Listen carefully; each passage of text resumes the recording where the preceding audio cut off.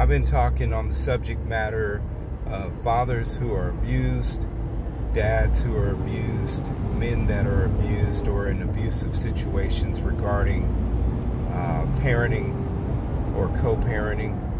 And I wanted to talk about this for a while because I really feel that there is a lot of men that are abused. I feel that there are a lot of men that are divorced or separated or no longer with the woman that they had a child with or children with, and their voyage in this co-parenting has been a really rough voyage. And for many of these men, they're very angry, and I do believe that's why a lot of men in our country particularly do crazy things. It's because they just reach a breaking point. And I wanted to talk about this so that I can encourage other fathers as well as myself that there is light at the end of the tunnel.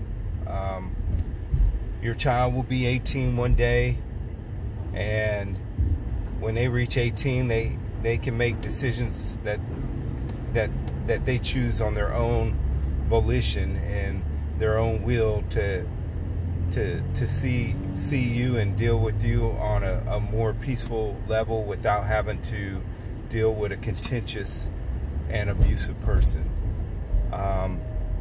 So let's get into it a little bit. You know, how do I know if I'm dealing with an abusive woman? Well, abusive people never want to find a common ground. And abusive people have a hard time reasoning, being a reasonable person. Abusive people find it very hard to forgive. They find it very hard to let go of what you did to them. Abusive people have tendencies of being very manipulative, very spiteful, very revengeful, and most of all, your dealings with them is always on a level of anger. Nothing can be done in peace. Everything, I'm going to elaborate on this for quite some time because there's just so many things to really tackle. But one of the biggest attributes that you know you're with an abusive person is they're always finding fault in everything you do. If they ask you for money, for gas, the method you gave the money wasn't correct. If they asked you to pay extra for child support or daycare or something for your child or children, the timing, you were 10 minutes late, or you were a day late, or they asked for cash and not a check, or they asked for check and not a cash. Every single thing you do is always attacked. And there's a lot into why they do that as well, which I'm not going to get into, but just to give you a little cliff note on that, it's to minimize your good efforts. But everything you do is to be attacked. Everything. If you took your only day off and picked up your child, you could have went to Macy's and spent the whole day shopping and doing something for yourself, but you decide you want to spend time with your son or your daughter, then what you did that day was attacked. Why didn't you take them to Chuck E. Cheese? Why didn't you do something more entertaining? Why'd you bring them back at 6:15 instead of 6 o'clock? Everything you do is attacked. That's when you know you're dealing with an abusive person.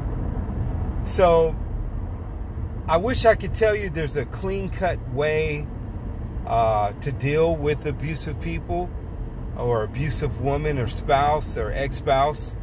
We're talking about mainly women that you're having a child with or children that you're no longer with. I think the best solution is to take them to court and get your legal rights. That's what most people would tell you. But even sometimes that can be messy, because you got to really ask yourself in some cases, are you really the best parent? Even though the person you're dealing with is abusive, you got to ask yourself that magical question. Are you going to be the best parent for that child? Because even though you may be more rational and decent, you may be at work all the time, so they may not get any attention. So that's a whole nother topic in itself.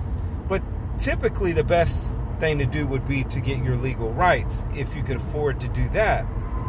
Then going into phase 2, your best bet when you have identified that you are with an abusive person, which I'll also go over a little bit more again, but the best thing to do is to try not to argue. To try to put yourself in a situation where it's very hard not to argue, not to fight. It's very tough when you're dealing with somebody who's contentious, because you're always under attack.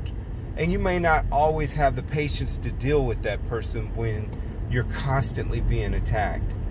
Another thing to do is to try to do exactly what that person asked to the T, so that they can't highlight your imperfections and what you did wrong, or find something to attack you on regarding your child. So for instance, if they said, be here at 10 a.m., then be there at 9:55. If they said bring the child back before 4, maybe bring the child back by 3. That way, you're not giving them much room to attack you. You're not giving them much room to constantly find fault in you. But before I stop this little episode, I wanted to touch on what is an abusive woman when you're co-parenting. What are some of the things? And that, once again, it's going to be manipulation. It's going to be pawning the children. It's going to be demeaning and defaming your name and your character.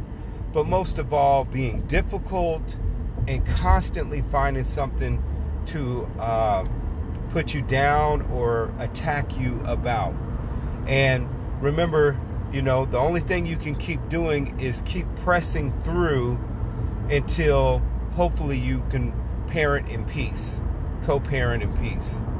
Talk to you later.